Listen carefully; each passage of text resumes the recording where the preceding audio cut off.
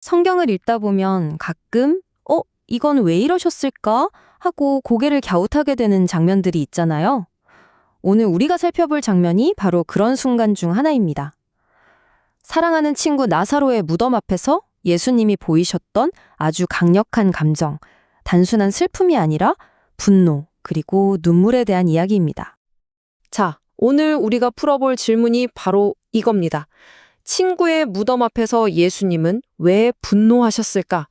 아니, 보통 슬픔의 자리에서는 같이 슬퍼하는 게 당연하잖아요. 그런데 왜 하필 분노였을까요? 이 이상하고도 강력한 감정의 정체, 이게 바로 오늘 우리가 파헤쳐볼 핵심 미스터리입니다. 자, 장면은 요한복음 11장으로 거슬러 올라갑니다. 예수님께서 나사로의 무덤에 도착하셨을 때 마리아를 비롯한 많은 사람들이 울고 있었죠. 지극히 자연스럽고 당연한 슬픔의 현장이었어요. 성경은 이때 예수님의 모습을 통분히 여기시고 민망히 여기셨다고 기록하고 있어요.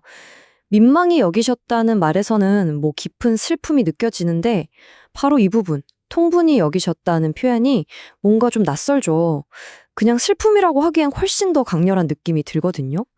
실제로 원어를 깊이 들여다보면요. 이건 단순한 슬픔을 아득히 뛰어넘는 감정이라는 걸 알 수 있습니다. 바로 이 단어, 통분히 여기시고, 이게 굉장히 중요한 단서입니다. 왜냐하면요, 이 표현이 성경 본문에서 한 번이 아니라 무려 2번이나 반복해서 등장하거든요. 성경에서 뭔가가 반복된다는 건 저자가 막 형광펜으로 밑줄 쫙 긋는 거랑 똑같아요. 여러분, 여기 정말 중요합니다. 집중하세요. 하는 강력한 신호인 거죠.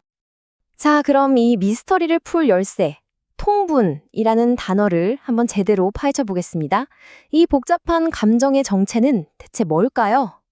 그러니까 통분이 대체 뭐냐? 이건요, 단순히 슬프다, 화난다, 이렇게 딱 잘라 말할 수 있는 감정이 아니에요. 마음 깊은 곳에 찢어지는 고통, 그러니까 슬픔과 함께 이 부당한 현실에 대한 거룩한 분노가 합쳐진 아주 강력하고 복합적인 감정인 거죠.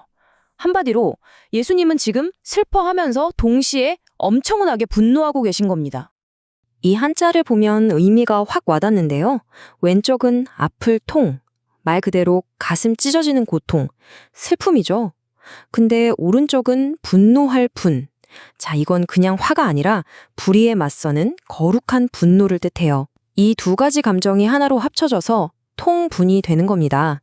정말 대단한 단어죠. 여기서 한 걸음만 더 들어가 볼까요? 원어인 헬라어 엠브리마오마이는 이건 차원이 다릅니다. 그냥 화를 내는 수준이 아니에요. 이 단어의 원래 뜻은 경로에서 으르렁거리다인데 마치 전쟁터에 나간 말이 분에 차서 크흥 하고 코를 울리는 그런 아주 본능적이고 격렬한 분노를 묘사하는 단어예요. 거의 폭발 직전의 상태라고 할 수 있죠.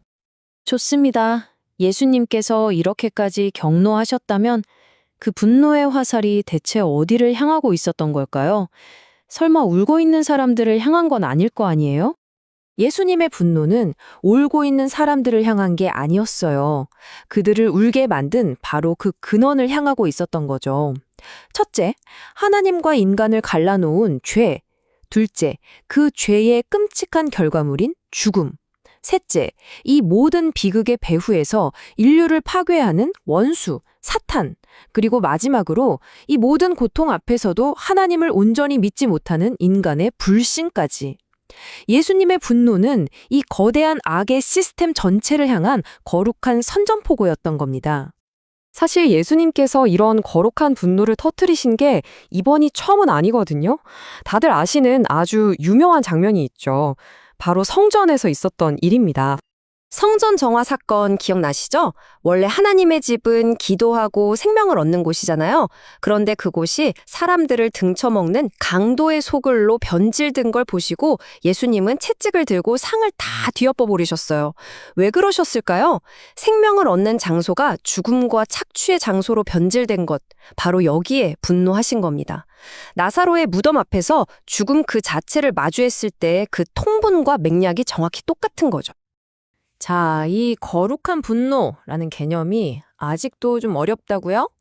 그럼 제가 정말 기가 막힌 비유를 하나 들려드릴게요. 혹시 이 영화 테이큰 보셨어요? 영화 내용은 다들 아시죠? 전직 특수요원인 아버지의 정말 눈에 넣어도 아프지 않을 딸이 아주 끔찍한 인신매매범들한테 납치를 당합니다. 상상만 해도 피가 거꾸로 솟죠. 그리고 아버지가 전화기에 대고 그 유명한 대사를 읊조리죠. 나는 너를 찾아낼 것이다. 그리고 너를 죽일 것이다. 자, 여러분. 이 아버지의 분노가 딸을 향한 사랑하고는 별개의 감정인가요? 절대 아니죠. 오히려 이 분노는 사랑의 가장 강력한 표현이에요. 딸을 되찾기 위한 구조작전의 심장, 그 엔진인 셈이죠. 바로 이거예요. 이게 바로 죄와 죽음이라는 놈들에게 납치당한 우리 인류를 향한 하나님의 마음이라는 겁니다. 예수님의 통부는요, 내 자식을 되찾고야 말겠다는 아버지의 그 맹렬하고 보호적이고 구조적인 사랑의 포효였던 거죠. 자, 이제 퍼즐의 마지막 조각을 맞춰볼 시간입니다. 이 뜨거운 분노가 어떻게 슬픔의 눈물과 만나서 희망이 되는지 한번 보시죠. 이 표를 보시면 한눈에 정리가 됩니다. 예수님의 두 가지 감정, 통분과 눈물은 사실 완전히 다른 게 아니었어요. 하나의 거대한 사랑이 가진 두 개의 얼굴이었던 거죠. 사자처럼 포효하는 통분은 원수, 즉 죽음을 향한 거룩한 분노였고요. 조용히 흘리셨던 눈물은 그 죽음의 희생자들을 향한 끝없는 슬픔과 공감이었던 겁니다. 맞습니다. 나사로의 무덤 앞에서 터져나온 그 분노는요. 인류를 지배해온 죽음이라는 폭군을 향한 공식적인 선전포고였습니다. 그리고 그 선전포고는 곧 있을 십자가와 부활을 통해 죽음의 권세를 완전히 박살내버리겠다는 일종의 예고편이었던 셈이죠. 그리고 예수님의 그 거룩한 분노가 우리에게 가져다준 최종 승리가 바로 이 약속 안에 담겨 있습니다. 모든 눈물을 그 눈에서 닦아주시니 다시는 사망이 없고 애통하는 것이나 곡하는 것이나 아픈 것이 다시 있지 아니하리니. 죽음을 향한 그 분노가 있었기에 결국 모든 눈물이 그치는 영원한 희망이 우리에게 주어질 수 있었던 겁니다. 자, 친구의 무덤 앞에서 시작했던 질문, 예수님은 왜 분노하셨을까? 그 답을 따라가 보내 결국 우리를 향한 정말 깊고도 맹렬한 사랑의 이야기였네요. 그럼 이제 마지막으로 여러분께 질문을 던지면서 마무리하겠습니다. 이 거룩한 분노와 뜨거운 눈물 속에서 여러분은 무엇을 발견하셨나요?